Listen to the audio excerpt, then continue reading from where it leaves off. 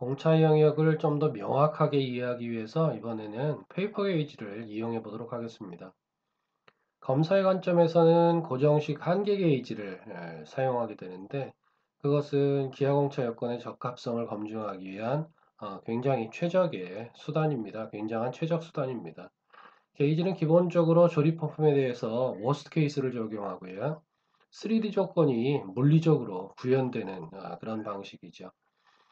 부품이 기능 게이지에 맞는 경우에는 검사자가 결합 부품의 조립 그리고 호환 이런 것들을 이제 보장할 수 있게 됩니다. 거기다가 기능 게이지가 최소한의 검사 기술을 가진 기술을 가진 사람에 의해서 쉽게 사용되고 이들은 전체 검사를 위해서 상당한 시간을 줄일 수 있습니다.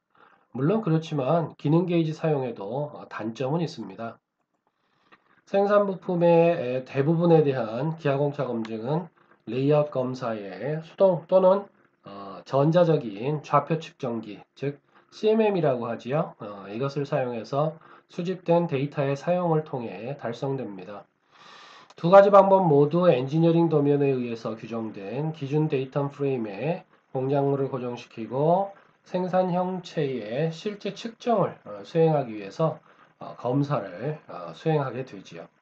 거기서 검사자는 도면상에 나타난 바와 같이 기본 값의 실제 측정된 값을 비교해서 제조된 형체에 대한 x값, y값 이런 좌표에 대한 편차를 결정해야 됩니다. 일반적으로 보면 이러한 좌표 편차는 두 가지 방법 중에 하나를 통해서 사용됩니다. 제조된 형체에 대한 위치 오류 공차를 결정하는 데 사용되는 두 가지 방법이죠. 그 두 가지 방법은 좌표 편차의 수학적인 변환이나 또는 여기서 설명드리려고 하는 종이 게이지에 대한 사용입니다. 페이퍼 게이지는 엔지니어링 도면 요건에 대한 제조된 형체의 적합성을 보장하기 위해서 사용될 수 있는 여러 가지 일반적인 검사 검증 기법 중에 하나입니다. 연질 게이징이나 레이아웃 게이징, 그래픽 검사 분석이라고도 하는 이 기술은 수집 검사 데이터의 그래픽 표현 그리고 조작을 통해 형상 검증을 수행합니다. 측정 과정에서 유도된 데카르트 좌표 편차는 이론적인 진 위치와 관련해서 제조된 형체의 위치의 그래픽 그림을 제공하고 좌표 그리드로 표시하게 됩니다. 기하학적 공차 요건에 대한 최적의 수단은 고정식 한계 게이지의 사용이기 때문에 종이 게이지가 제공하는 주요 장점은 그런 고정식 한계 게이지와 마찬가지로 허용 한도를 검증할 수 있는 능력에 있습니다. 종이 게이지의 기술은 그래픽으로 고정된 한계 게이지에 필요한 설계, 제조, 유지 관리, 저장 등의 높은 비용 없이 형체에 대해서 기능적 허용 경계를 나타낼 수 있게 됩니다. 그리고 게이지 공차를 위해 희생되거나 마모를 허용하는 그런 고정식 한계 게이지와는 다르게 종이 게이지는 제품 공차의 어떤 부분도 희생되지 않는 그런 장점도 가지고 있죠. 종이 게이지 방법의 기본 단점은 고정식 한계 게이지의 사용보다 너무 노동 집약적이라는 점입니다. 그리고 종이 게이지에 이 데이터를 이동시킨 후에 공작물에서 실제 측정을 수행할 숙련된 검사자를 필요로 한다는 것이죠. 그래서 종이 게이지는 부품의 수량이 적거나 부품이 샘플링 검사로 확인 가능한 그런 경우에만 고려가 됩니다. 엔지니어링 도면에서 각 홀 또는 형체에는 지정된 진위치를 가지게 됩니다.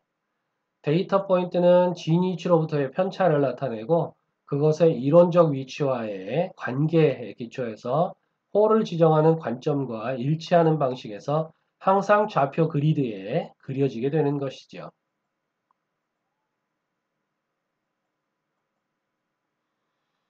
첫 번째 사례는 단순한 홀 형체에 MMC가 부여되어 있고 데이텀 ABC는 평면으로 요구된 그런 요구 사항을 가지고 있는 경우를 의미합니다.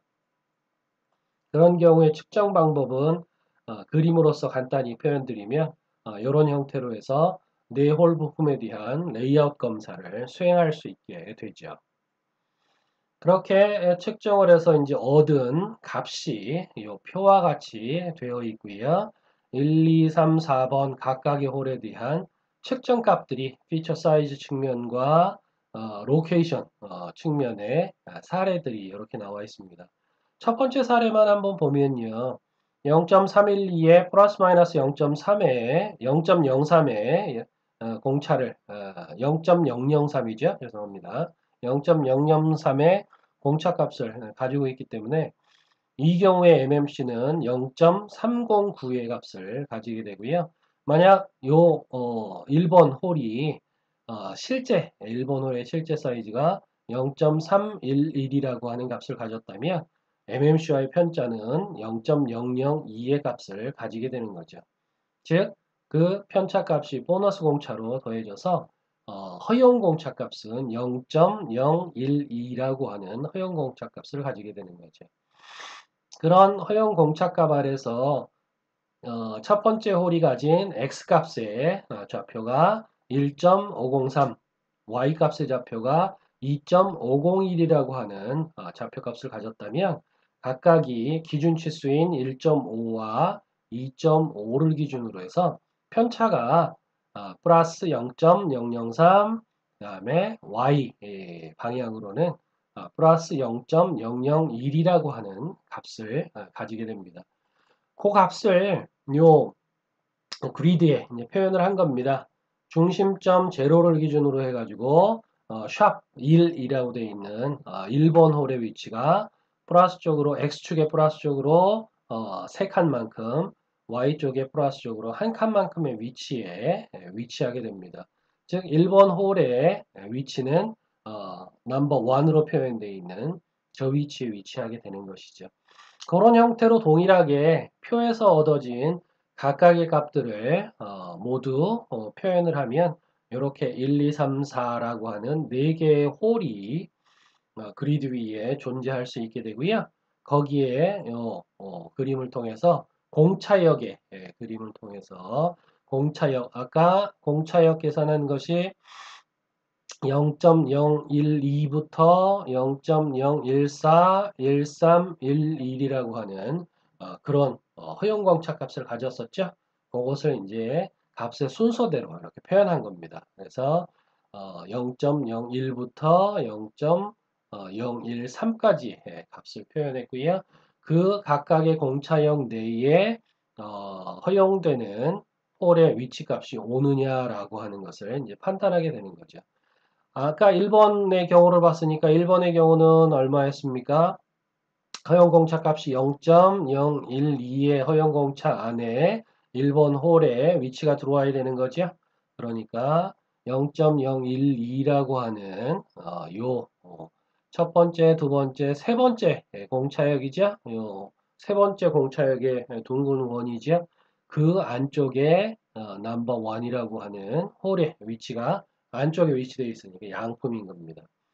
그런 형태로 해서 각각의 공차값을 따져보면 그 결과를 다시 이 표의 끝쪽에 표현했는데요.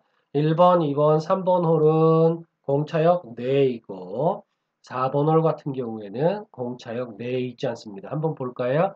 이놈은 공차역이 0.011이었죠? 그러면 이 공차역 표현한 것 중에 0.011은 두 번째 원에 해당되는 부분이죠. 근데 어떻습니까? 4번 홀의 위치는 두 번째 공차역 바깥에 위치하죠. 그렇기 때문에 여기에 reject라고 하는 표현이 있게 되는 겁니다. 이것이 앞에 말씀드렸던 데이텀 ABC가 평면 데이텀의 형체고 규제하는 4개 홀이 MMC로 규제됐을 때 공차역이 갖는 의미를 페이퍼 게이지를 이용해 가지고 이렇게 표현한 부분입니다. 두 번째 사례를 보시죠. 이전 사례는 제품의 두께가 이제 굉장히 얇은 경우에 크지 않은 경우에 윗면과 아랫면에 홀의 위치가 다르지 않다라는 것을 가져가고 표현을 한 것이고요. 요 경우는 이제 두께가 꽤 됩니다. 그래서 상부면과 하부면